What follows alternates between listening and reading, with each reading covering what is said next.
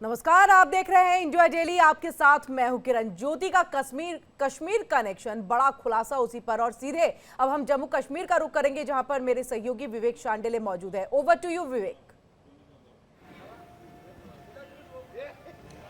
शुक्रिया किरण। हम कश्मीर से हाजिर हैं खास पेशकश लेकर और इस पूरे पड़ताल को लेकर, चूंकि ज्योति मल्होत्रा का कश्मीर कनेक्शन भी सामने आया और इससे हम इन्वेस्टिगेट करने के लिए हमारी टीम जो है इस वक्त कश्मीर में मौजूद है। तो पाकिस्तान के लिए जासूसी करने का आरोप है ज्योति मल्होत्रा पर और बताया जाता है कि उसने कुछ कबूलनामे भी दिए हैं, जिसे साफ हो जाता है कि कहीं ना कहीं वो पाकिस्तान के इशारे पर काम कर रही थी और पाकिस्तान हाई कमीशन का जो एक अधिकारी था दानिश, उसके संपर्क में ज्योति मल्होत्रा लगातार थी। और आपको बता दें कि जैसे जैसे पूछताछ की जा रही है, ज्योति मल्होत्रा के कई सारे राज जो हैं वो सामने आ रहे हैं। इसके अलावा आपको बता दें कि ज्योति मल्होत्रा के चैट से कई खुलासे सामने आए हैं और ये जो दिल्ली में पाकिस्तान हाई कमीशन था, वहां से दानिश तमाम चीजों को ऑपरेट कर रहा था। और ये भी बात सामने आ रही है कि ज्योति मल्होत्रा ने देश से जुड़ी कई सेंसिटिव इंफॉर्मेशन भी साझा की है। हालांकि वो वीडियोस पब्लिश नहीं किए गए, वो वीडियोस शायद डायरेक्ट हैंडओवर किए गए। इसकी फॉरेंसिक जांच की जा रही है और इसके डिजिटल डेटा को भी खंगाला जा रहा है। आपको ये भी बता दें कि ये एक बात भी सामने आई थी कि जनवरी के महीने में ज्योति मल्होत्रा ने पहलगाम का दौरा किया था और ठीक 3 महीने पहले 25 जनवरी को ज्योति मल्होत्रा जो है वो पहलगाम आती है। लेकिन ये एक ऐसा समय होता है जब बहुत लोग पहलगाम का या कश्मीर का रुख नहीं करते हैं। ये ऑफ सीजन माना जाता है। यहाँ पर टूरिस्ट की आमद जो है वो मार्च के महीने से शुरू होती है, अप्रैल के महीने से शुरू होती है और वो सितंबर अक्टूबर तक चलती है, जब तक नॉर्थ इंडिया में यानी कि उत्तर भारत में गर्मी जो है वो देखी जाती है। तो इसलिए ये जो है मैटर पूरा अब जो है कश्मीर पर सेंट्रिक हो गया है और कहीं ना कहीं ये जो मैटर है अब इसका कनेक्शन जो है कश्मीर में इन्वेस्टिगेट हो रहा है। बातचीत करने के लिए हमारे साथ मेजर जनरल अभय कार्की जुड़ रहे हैं। स्वागत है सर आपका। ग्रुप कैप्टन यूके देवनाथ हमारे साथ जुड़ रहे हैं। सर स्वागत है आपका। कर्नल जय सोडी हमारे साथ जुड़ रहे हैं। स्वागत है आपका। और आलोक वत्स थोड़ी देर में हमारे साथ जुड़ेंगे, पॉलिटिकल एनालिस्ट, आपका भी स्वागत है। आप सभी डिफेंस एक्सपर्ट का बहुत बहुत स्वागत है और दर्शकों आपका भी स्वागत है श्रीनगर से इस खास बुलेटिन में, खास पेशकश में। शुरुआत में अभय कार्की सर आपसे कर रहा हूं।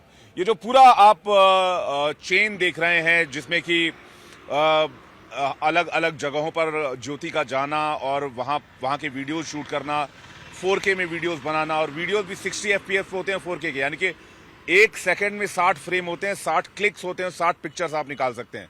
और एक ब्लॉगर के तौर पर आप कहीं भी जा सकते हैं, कोई रेस्ट्रिक्शन नहीं होता। बहुत जगह प्रेस वालों के लिए रेस्ट्रिक्शन होता है, माइक और कैमरा ले जाने की अनुमति नहीं होती, लेकिन वीडियो ब्लॉगर अपना मोबाइल लेके कहीं पे भी जा सकता है। तो ये एक अपॉर्चुनिटी या फिर एक एज जो है वो ज्योति के पास रहा, इसका इस्तेमाल हुआ। हालांकि अभी सारे एलिगेशन है। कार्की सर जी नमस्कार।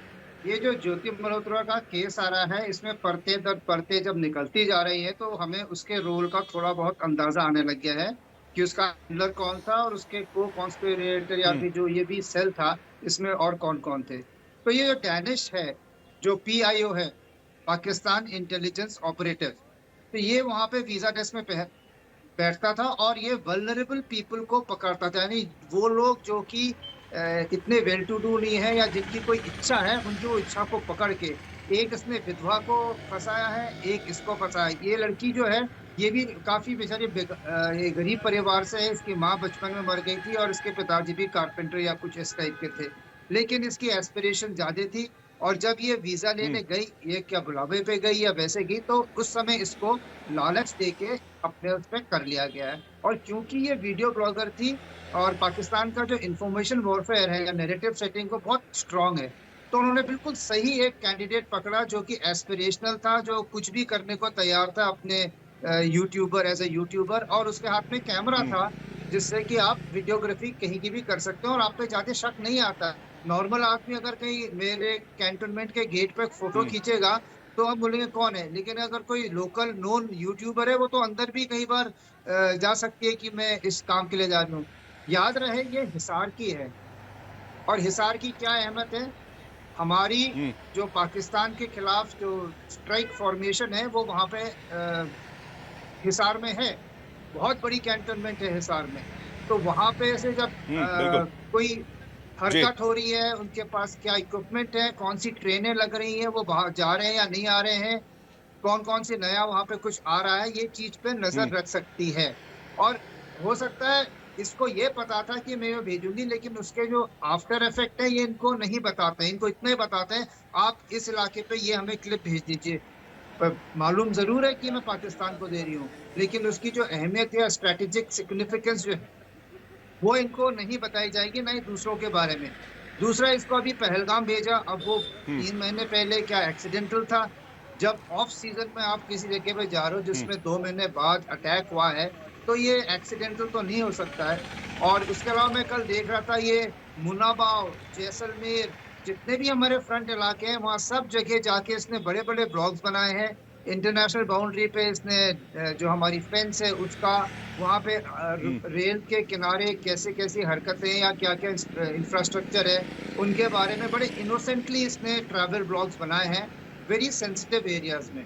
और वैसे ही आपका कश्मीर भी सेंसिटिव है, अगर किसी को पहलगाम में जाना है, वहाँ पे कैसी उसकी टरेन है, कितने उसके एंट्री एग्ज़िट हैं, ये सब एक ब्लॉगर के थ्रू पता कर सकते हैं। तो हाँ, इसका इस्तेमाल किया गया है और ये एक बहुत बड़ी एसेट थी पाकिस्तान के लिए, जो कि आपको रियल टाइम इन्फॉर्मेशन देती रहती है। और क्योंकि वो ब्लॉगर है और उसके इन्फ्लुएंस में काफ़ी लोग हैं, वो अपनी बोली से भी जो हिंदुस्तान की हुँ। सोच है लोगों की, देशभक्तों की, उनमें एक फूट या एक गलत सोच डाल सकती है, एक शक डाल सकती है कि हमारे कितने हवाई जहाज़ थे, उनके क्या हमने कुछ अटैक किया नहीं किया। बेचारे पाकिस्तानी, वो तो उनका मदरसा है, उनका तो प्रेयर की नहीं, ये जगह है शक डाला जिसको था कहते सर। थे। कार्की सर, अगर आपने देखा होगा, ये शक तब और ज्यादा गहराता है जब ज्योति मल्होत्रा एक नॉर्मल वीडियो ब्लॉगिंग छोड़कर पहलगाम हमले के बाद इस हमले के ऊपर सवाल उठाने के लिए तुरंत सोशल मीडिया पर आती है।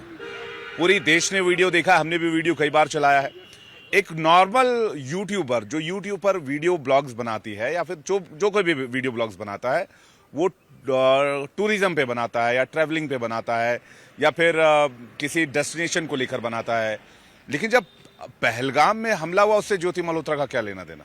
ठीक है, भारत पर एक बड़ा आतंकी हमला हुआ, वहां से अगर कोई कनेक्शन जुड़ रहा है किसी का भी, तभी उस तरह की बात सामने आएगी। अब दिक्कत की बात यह है कि उसने उस चीज को आकर सोशल मीडिया पे डिफेंड किया जो उसका काम नहीं था। अपनी राय रखना ठीक है, समझ में आता है, लेकिन इसके पहले भी कई ऐसे इंसिडेंट हुए जिस पर वो अपनी राय रख सकती थी। लेकिन स्पेशली पहलगाम हमले को लेकर अपनी राय रखना, ये एक सीरियस मैटर जो है एस्केलेट करता है। मैं यूके देवनाथ सर का इस पर रिएक्शन चाहूंगा। UK Devnath sir. देखिए, इसमें कोई शक नहीं कि ज्योति मल्होत्रा जो हैं बहुत अच्छी इन्फ्लुएंसर थी, बहुत फॉलोअर्स थे, बहुत हजारों लाखों लोग उनको सब्सक्राइब करते थे, फॉलो करते थे। होता ये है कि विदेशी एजेंसीज जो हैं हमेशा इस तरह के लोगों को ढूंढती है जो कि विदेशी ताकतों का साथ दे सके, पब्लिक ओपिनियन को मोल्ड कर सके। सिर्फ ये है कि इसमें देखना ये पड़ेगा कि उन्होंने क्या-क्या इन्फॉर्मेशन, क्या-क्या सेंसिटिव इन्फॉर्मेशन दुश्मन देश को दी। अ, उनके लिए काफ़ी आसान ज्योति है अपने मल्होत्रा को के बारे में कुछ डिफेंड करना, पूछूंगा, बुलाऊंगा। क्योंकि जब आप देखेंगे कि जो हाँ। इन्वेस्टिगेटिंग ऑफिसर होंगे, उनको साक्ष्य देने पड़ेंगे, प्रमाण देने पड़ेंगे। अ, मैं एक्सपीरियंस से बात कर रहा हूँ कि हम्म। इस तरह के केसेस में हमेशा क्या होता है, एयरफोर्स इंटेलिजेंस भी इस तरह से काम करती है और इस तरह के केसेस में 60% जगह आप देखेंगे कि वो बोलेंगे कि ये मानसिक रूप से डिस्टर्ब्ड है, मानसिक रूप से क्षुब्ध है या मानसिक रूप से चैलेंज है। दूसरे जो हैं वो हमेशा ये दावा करेंगे इंटरोगेशन के दौरान कि उन्हें पता नहीं था कि हो क्या रहा है। यानी वो वास्तविक से वास्तविकता में उनको हम्म। अभिज्ञान नहीं था कि वो उनसे क्या करवाया जा रहा है। तो होता क्या है कि ये सारे केसेस जो हैं बहुत हम्म। चालाकी से फाइनली चले जाते हैं कोर्ट में। अब जो इन्वेस्टिगेटिंग ऑफिसर होता है हम्म। उसको वहां पर जब प्रमाण देने होते हैं तो ये बहुत आसानी से 2-3 चीज़ों पे खेल जाते हैं। अगर आप पिछले हम्म। 10 साल या 20 साल का रिकॉर्ड देखें, आपको 100 या 200 इस तरह से पाकिस्तानी स्पाइस का केस मिल जाएगा। और ज़्यादातर केसेस में आप देखेंगे कि जैसे राजस्थान से भी स्पाई पकड़े गए, इस ज्योति मल्होत्रा केस में ही पिछले एक हफ्ते में कोई 18 या 19 दूसरे स्पाई पकड़े गए हैं। ये अलग बात है कि उनकी बिल्कुल सही बात हो रही जी। है, ज्यादा हो रही है, लेकिन आप नहीं, ये इसमें देवनाथ सर, इसमें जो पॉइंट ये है कि पाकिस्तानी एम्बेसी का जो वो जिसको पीएनजी किया गया, पर्सोना नॉन ग्राटा किया गया, जो जिसका नाम दानिश था और जिससे ज्योति मल्होत्रा की काफी बातचीत होती थी, वो दानिश ही इन तमाम असेट्स को हैंडल कर रहा था और इनको ऑपरेट कर रहा था एक तरह से। इस वक्त हमारे साथ आलोक वत्स भी हमारे साथ जुड़ गए हैं, राजनीतिक विश्लेषक। आलोक जी, आपका भी स्वागत है। एक बड़ी खबर का रुख कर लेते हैं। बड़ी खबर ये आ रही है इस वक्त ज्योति मल्होत्रा से जुड़ी हुई। ज्योति मल्होत्रा की डायरी से कई सारे दस्तावेज या यूं कहें कई सारी चीजें बाहर निकलकर सामने आ रही हैं, चाहे वो ज्योति मल्होत्रा का पाकिस्तान को लेकर उनकी राय रही हो, उनका प्रेम रहा हो, उनका जो है उनकी नजदीकियां रही हो, ये तमाम चीजें इस वक्त की बड़ी खबर आपको बता दें। ज्योति मल्होत्रा की डायरी से एक्सक्लूसिव खुलासे हुए हैं। डायरी में ज्योति का पाकिस्तान के प्रति झुकाव नजर आया है। डायरी के पन्नों पर ज्योति ने मन की भावनाएं लिखी हैं। पाकिस्तान के लिए लिखा क्रेजी एंड कलरफुल। पाकिस्तान के बारे में जितना कहो उतना कम है, ये ज्योति कह रही हैं। आगे वो लिखती हैं कि 10 दिन का सफर करके पाकिस्तान से वापस लौट आई हूं। पाकिस्तान की आवाम से काफी मोहब्बत मिली। हमारे सब्सक्राइबर फ्रेंड्स भी हमसे मिलने आए। लाहौर घूमने के लिए 2 दिन का वक्त मिला। सरहदों की दूरियां का पता नहीं कब तक बरकरार रहेंगी, पर दिलों में जो गिले शिकवे हैं वो मिट जाएं। हम सब एक ही धरती, एक ही मिट्टी के हैं। तो इस तरह की राय, और कई बार उन्होंने ये भी बात सामने आई कि ये भी जाहिर किया कि वो शायद पाकिस्तान में ही शादी करना चाहती थी।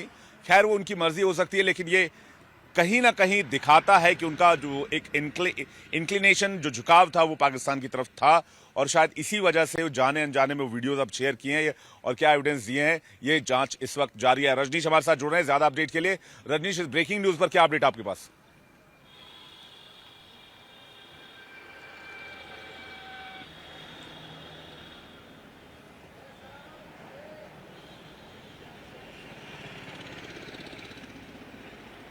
मुझे लगता है रजनीश तक आवाज नहीं जा पा रही है। मेरे सहयोगी नासिर इस वक्त हमारे साथ जुड़े हुए हैं। मैं नासिर को बुलाना चाहूंगा, चूंकि वो भी इस मैटर को लगातार यहां पर कश्मीर में, श्रीनगर में पड़ताल कर रहे हैं। नासिर, ज्योति मल्होत्रा की मूवमेंट कश्मीर में, श्रीनगर में क्या थी, क्या जानकारी मिली? देखिए, बिल्कुल विवेक, ऑपरेशन सिंदूर घटना करने से पहले ही ज्योति का जो है पहलगाम दौरा जाना, उसके साथ जो महत्वपूर्ण बात इसमें जो एक व्लॉग उन्होंने बनाया है, वो बिल्कुल अमरनाथ यात्रा का बनाया है। पूरा रोड जो है पूरी लोकेशन से डिस्क्लोज की है, कहाँ से कितने किलोमीटर के फर्क है। बालतल रोड सोनमर्ग से बिल्कुल जवाहर टनल से लेकर बाबा बर्फानी तक। तो कहीं ना कहीं ये जो है शक शोबा होता है कि आखिर अगर व्लॉगर आई तो इस चीज़ को, ये सिक्योरिटी कंसर्न एरिया है, ये चीज़ें डिस्क्लोज करना, व्लॉग में बताना। उसके बाद पहलगाम वाले वीडियोस में क्या एक्सप्लेन किया उसने, क्या चीजें बताई? देखिए, पहलगाम अटैक अप्रैल में हुआ, लेकिन दिसंबर में भी वो पहलगाम आई। पहलगाम की पूरी लोकेशन से डिस्क्लोज किया है कि कहाँ से कहाँ आना है, कहाँ पे सिक्योरिटी फोर्सेस के कैंप्स है, कहाँ पे आपको गुप्पोनी वाले मिलेंगे, कहाँ पे आपको शिकारा वाले मिलेंगे। हर एक डेस्टिनेशन, हर एक स्पॉट जो है उसने बिल्कुल डिस्क्लोज किया अपने व्लॉग में। उसके बाद आप देख लीजिए, ये चीज़ें अगर व्लॉगर डिस्क्लोज कर लेगा, यूट्यूबर्स बहुत सारे व्लॉगर्स, लेकिन किसी पर्टिकुलर जगह के बारे में वो कहेंगे, लेकिन आप वो चीज़ें बता रहे जो कहने के लायक नहीं थी। जो सिक्योरिटी कंसर्न कश्मीर में है, जम्मू कश्मीर घाटी में तो रहता है, लेकिन आपने वो चीज़ें डिस्क्लोज की जो आपको करनी नहीं चाहिए थी। स्पेशली अमरनाथ यात्रा अब शुरू होने वाली है, उस पर जो है खास नजर सिक्योरिटी की रहेगी, क्योंकि पहले से ही उसके बाद यहाँ आना, फिर पाकिस्तान चले जाना, वहाँ पे डिस्क्लोज कर लेना। और ज्योति मल्होत्रा वो ये जो मरियम नवाज से भी मिली, जो दानी से भी मिली, आप देखिए एक्सेस कितना था पाकिस्तान, उसके अंदर कितना सॉफ्ट कॉर्नर था पाकिस्तान। ये पहले से पता है, पाकिस्तान आतंकी मुल्क है, भारत का सबसे बड़ा दुश्मन अगर पाकिस्तान है, वो पाकिस्तान आतंकवाद की वजह से। उसके बाद आप मरियम नवाज से मिलने जा रहे हो, आप उनके साथ जम्मू कश्मीर घाटी या पूरे भारत के वो चीजें शेयर करो जो करनी नहीं चाहिए थी। सही बात है कि पहलगाम वाले वीडियोस में कई सारे इनपुट्स उसमें देखे जा सकते हैं, बहुत सारे सेंसिटिव इन्फॉर्मेशन है। शुक्रिया आपका नासिर, हमारे धन्यवाद। तो नासिर हमारे सहयोगी जो श्रीनगर में और कश्मीर में इंडिया डेली के लिए रिपोर्टिंग करते हैं, उन्होंने बताया कि पहलगाम वाले वीडियो में बहुत सारे ऐसे सेंसिटिव एरियाज हैं, स्पॉट हैं, जिनको एक्सपोज किया गया। रजनीश हमारे साथ इस वक्त जुड़ रहे हैं, हमारे सहयोगी, इस बड़ी खबर पर जो खुलासा जो डायरी को लेकर, ज्योति मल्होत्रा की डायरी को लेकर हुआ, उनके पास चलते हैं। रजनीश, क्या खुलासे अभी तक हुए हैं? ज्योति मल्होत्रा की डायरी से क्या राज सामने आया अभी तक? देखिए विवेक, बहुत सारे खुलासे सामने आ चुके हैं। एक तो जब पुलिस जो है उसे घर लेके गई थी ज्योति मल्होत्रा को, तो उस दौरान ज्योति मल्होत्रा ने एक नोट लिखा था अपने पिता और दवाइयों को लेके। वो नोट जो है वो सबसे पहले इंडिया डेली ने ही दिखाया था, और अब वो डायरी के वो 3 पन्ने सामने आए हैं जिसमें जो ज्योति मल्होत्रा का पाकिस्तानी जो प्रेम है, पाकिस्तान की तरफ जो लगाव है वो सामने आया है। मैं कुछ जो मेन जो उस पन्ने के मेन लाइन्स है वो मैं आपको बताता हूँ। 2012 के कैलेंडर वाली इस पुरानी डायरी के पन्नों पर ज्योति ने मन की भावनाएं लिखी। पाकिस्तान यात्रा के दौरान जो सूचना जुटाई गई उसे डायरी में पिरोया गया। इसके अलावा यह भी लिखा, पाकिस्तान से 10 दिन का सफर तय करके आज आ गई हूँ अपने देश इंडिया भारत। उस दौरान पाकिस्तान की आवाम से बहुत मोहब्बत मिली। हमारे सब्सक्राइबर फ्रेंड्स भी हमसे मिलने आए। लाहौर घूमने के लिए मिला, 2 दिन का वक्त काफ़ी था। इसके अलावा जो लास्ट लाइन है वो बहुत इंपॉर्टेंट है। उसमें लिखा है, रिक्वेस्ट है कि पाकिस्तान गवर्नमेंट इंडियंस के लिए और भी गुरुद्वारे और मंदिरों के रास्ते खोले, सहूलियत पैदा करे कि हिंदू लोग भी वहाँ विजिट कर पाएँ, वहाँ के मंदिरों को भी प्रोटेक्ट करें और अपनी फैमिली जो 1947 के समय बिछड़ गई थी उनसे मिल पाएँ। इसके अलावा लास्ट लाइन जो इंपॉर्टेंट है वो मैं आपको बताता हूँ। उसमें लिखा है, पाकिस्तान के बारे में बस जितना कहो उतना कम है, क्रेजी एंड कलरफुल। ये तमाम ऐसी बातें हैं जो पाकिस्तान प्रेम को, जो पाकिस्तान की तरफ लगाव है, झुकाव है था ज्योति मल्होत्रा का, उसको साफ तौर पर दर्शाती है। ये एक्सक्लूसिव जो डायरी के पन्ने हैं जो ज्योति मल्होत्रा ने खुद अपने हाथ से उस वक्त लिखे जब वो पाकिस्तान की 10 दिन की जो यात्रा पे कह लिया जाए या वो विजिट पे कह लिया जाए गई थी, उसके बाद जब वो वापस भारत लौटी थी। जी विवेक। कुछ ये बात भी सामने आई है कि ज्योति चाहती थी कि उसकी शादी जो है वो पाकिस्तान में ही हो जाए। कुछ तस्वीरें सामने आई जिसमें पाकिस्तान पुलिस के जवानों के बीच सेल्फी लेने की बड़ी होड़ नजर आ रही है ज्योति को लेकर। तो इतना एक्सेस कैसे, क्या एक आम भारतीय नागरिक जो पाकिस्तान जाता है उसको इतना एक्सेस मिल सकता है? वो पुलिस के बीच में, फौज के बीच में, वहाँ की पॉलिटिकल लीडरशिप के बीच में पहुंच जाए और व्लॉगिंग करे, फोटोज खिंचवाए, या क्या इतना आसान है? विवेक, ये इतना आसान नहीं है। आम लोगों के लिए ये इतना आसान नहीं है। पहली बात तो वीज़ा मिलना, 2 साल के अंदर 3 वीज़ा मिलना बहुत मुश्किल है और बहुत कम समय में वीज़ा मिला गया। जो शादी की आप बात कर रहे थे उसमें एक चैट सामने आई है, व्हाट्सएप चैट है अली हसन के साथ ये चैट है। इसमें साफ तौर पे जो ज्योति मल्होत्रा है उसने साफ तौर पे लिखा, पाकिस्तान में शादी करवा दो मेरी। ये बात उसने अली हसन को लिखी है। जबकि अली हसन की बात की जाए तो अली हसन ने साफ तौर पे लिखा है कि जोड़ दो यार, ऑयल से धुआं निकलती है, हमेशा की आप खुश रहो, इंशाल्लाह आप हमेशा हंसते रहिए, खिलखिलाते रहिए, कोई गम ना आए। जिसके एवज में ये मैसेज अली हसन ने किया था। उसके बाद ज्योति मल्होत्रा ने लिखा, पाकिस्तान में शादी करवा दो मेरी। तो ये चैट, एक्सक्लूसिव चैट भी इंडिया डेली इस समय एक्सेस कर रहा है और साफ तौर पे ये चैट और जो डायरी के 3 पन्ने सामने आए एक्सक्लूसिव इंडिया डेली जो इस समय अपने दर्शकों को दिखा रहा है, उसमें साफ तौर पे ज्योति मल्होत्रा का झुकाव और ज्योति मल्होत्रा का लगाव पाकिस्तान के साथ साफ तौर पे दिख रहा है। तो ज्योति मल्होत्रा की पड़ताल करने के लिए इंडिया डेली की सबसे बड़ी टीम इस वक्त श्रीनगर में, कश्मीर में मौजूद है और हम ज्योति मल्होत्रा के फुटप्रिंट्स को ढूंढने की कोशिश कर रहे हैं। चप्पे चप्पे पर जाकर ये जानने की कोशिश कर रहे हैं कि आखिरकार ज्योति मल्होत्रा किस तरह की व्लॉगिंग कर रही थी, क्या इंफॉर्मेशन जुटा रही थी और किस तरह के वीडियोस बना रही थी। जैसा कि अभी हमने आपको बताया हमारे सहयोगी नासिर ने कि पहलगाम हमले के वो वीडियोस जो कि ज्योति मल्होत्रा ने अपलोड किए सोशल मीडिया पर, वो आम नहीं नजर आते हैं, वो सेंसिटिव नजर आते हैं, क्योंकि उसमें कई ऐसे स्पॉट्स को डिस्क्लोज किया गया जो सिक्योरिटी के लिहाज से बहुत सेंसिटिव थे। बातचीत करने के लिए मेहमानों का बड़ा पैनल हमारे साथ लगातार बना हुआ है। Major general Abhay Karki sir हमारे साथ बने हुए हैं, defence expert group captain UK Devnath sir बने हुए हैं हमारे साथ, डिफेंस एक्सपर्ट कर्नल जय सोडी सर हमारे साथ बने हुए हैं, आलोक वत्स हमारे साथ बने हुए हैं। कर्नल जय सोडी सर, आपसे सवाल लेना चाहेंगे, आपने अभी तक इस केस में क्या ऑब्जर्व किया है? सोडी सर। जय हिंद विवेक जी, ये मेरा सौभाग्य कि मैं आपके न्यूज चैनल पे और विख्यात को पैनलिस्ट। जय हिंद सर। देखिए, सबसे बड़ी चीज कि ये चीनी या पाकिस्तानी जासूस हमारे नागरिकों को क्यों फंसाते हैं, सबसे बड़ा चीज है पैसा। पैसे की लालच, पैसे की चमक हमारे कई नागरिकों को अंधा कर देती है, चकाचौंध कर देती है। उन्हें समझ नहीं आता है कि वो गलत कर रहे हैं और जब पकड़े जाते हैं उनकी जिंदगी आगे पूरी बर्बाद हो जाती है, खत्म हो जाती है। तो पहला, मैं अपने नागरिकों से आग्रह करूंगा, अनुरोध करूंगा, एज अ थंब रूल, पाकिस्तानियों और चीनियों से जितना मीलों दूर रह सकते रहो, आप उतने सुरक्षित हो।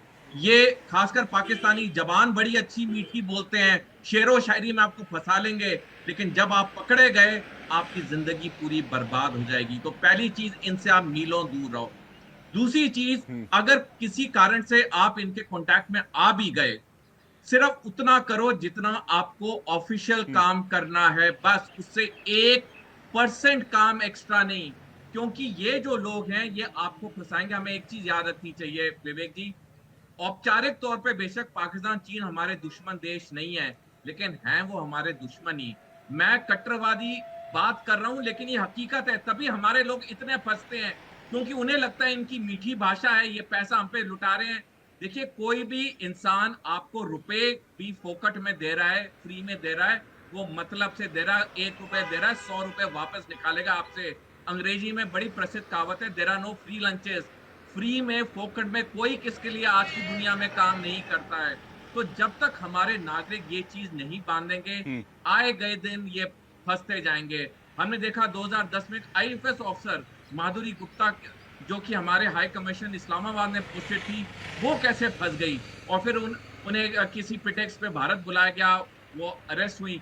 कहने का मतलब है, जब तक आप अपने बुनियादी असूल कठिन कठोर नहीं रखेंगे, हमारे नागरिक ऐसे फंसते रहेंगे। मेरे को 1 मिनट और देना विवेक जी। विवेक जी देखिए, पाकिस्तान का जो बच्चा होता है, जब अपनी स्कूलिंग शुरू करता है और नर्सरी में जाता है, उसे उर्दू भाषा सिखाई जाती है। उर्दू भाषा में अल्फाबेट्स होते हैं, अलफ बे पे ते, जैसे हमारे इंग्लिश में ABCD होते हैं।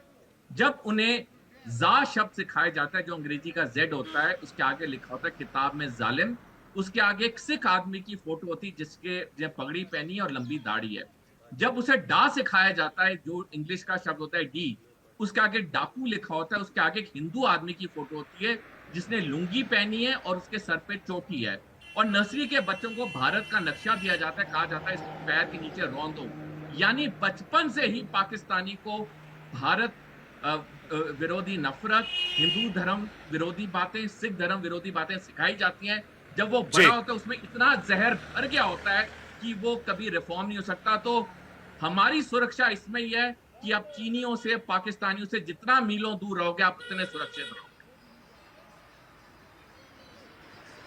बिल्कुल, ये 0.5 फ्रंट वाली बात जो होती है बार बार कि 0.5 फ्रंट पर आर्मी की कैसे हेल्प करे, सिक्योरिटी फोर्सेस की कैसे हेल्प करे। मैंने एक सवाल देखा था, मैं इस पर डिटेल से आप लोगों के पास आऊंगा, इस पर भी चर्चा करेंगे। लेकिन ज्योति केस में जो चीजें हमें यहाँ कश्मीर में जानने को मिली, श्रीनगर में जानने को मिली, वो सेंसिटिव है और वो बहुत एक तरह से शक के दायरे में है, वो बहुत क्वेश्चनेबल है, उस पर सवाल बार बार उठाए जा रहे हैं। तो इसलिए मैं अब आलोक वत्स जी का रुख करता हूँ। आलोक वत्स जी, आपको क्या लग रहा है, अभी तक क्या ऑब्जर्व किया आपने, और जो एलिगेशन बार बार लग रहे हैं उसको लेकर आप किस तरह से इसे देख रहे हैं? देखिए विवेक जी, विगत 2 दिनों से इंडिया डेली लाइव ने जिस सूक्ष्मता से और जिस दृष्टिता से ज्योति का केस को स्टडी किया है और उसके बारे में जितनी बातें बताई हैं, कोई अन्य चैनल पर इतना सूक्ष्मता से नहीं देखने को मिला है। हालांकि मैं बहुत चैनलों पर रहता हूं दिन भर, तो मैं पहले कहूंगा कि well done to you and your team. अब इसमें कोई शक नहीं रह गया है that she was that Jyoti was spying against the country, और वहां पर जाना पहलगाम, उसके बाद वहां हादसा होना, ये एक पॉइंटर है, एक इंडिकेटर है that she may be involved in giving some information that led to this Holocaust. तो अब तो ये कहीं से सोचनीय नहीं है कि वो क्या कर रही थी। अब तो इनके ऊपर ट्रायल करके और कन्विक्शन हो जाना चाहिए मेरे समझ से। अब कितने प्रूफ आपको चाहिए? आपने नाम बदल के किसी का नाम को रखा हुआ है, क्या मतलब है? सिनिस्टर मोटिव है? कोई गलत काम के कारण आपने किसी का नाम को दूसरे नाम से सेव कर रखा है? तो thanks to your team, thanks to you and your team that you have done a wonderful job. तो अब तो इनको कन्विक्शन पे ले जाना चाहिए, ट्रायल कोर्ट में ले जाना चाहिए। There are sufficient evidences to prove that she was a traitor, she is a traitor. और सही कहा टोली साहब ने कि money was the main factor जो इन लोगों को बरगलाता है। She comes from a very moderate family, जो इनके फादर को देख के लगता है। अब जो लाइफस्टाइल ये जी रही है उसमें नहीं लगता है कि इसको कहीं से पैसे की कमी है। The way she dresses, the way she is roaming about, और 3-3 बार उसको लेना वीजा, वेरी डिफिकल्ट कि पाकिस्तान का वीजा इतनी जल्दी जल्दी किसी को मिले। She was on the rolls, इसको तो सारी फैसिलिटी मिल रही थी। ये पॉइंट रेज होता है, बिल्कुल आलोक सर आप सही कह रहे हैं, ये पॉइंट रेज होता है और इसको लेकर जी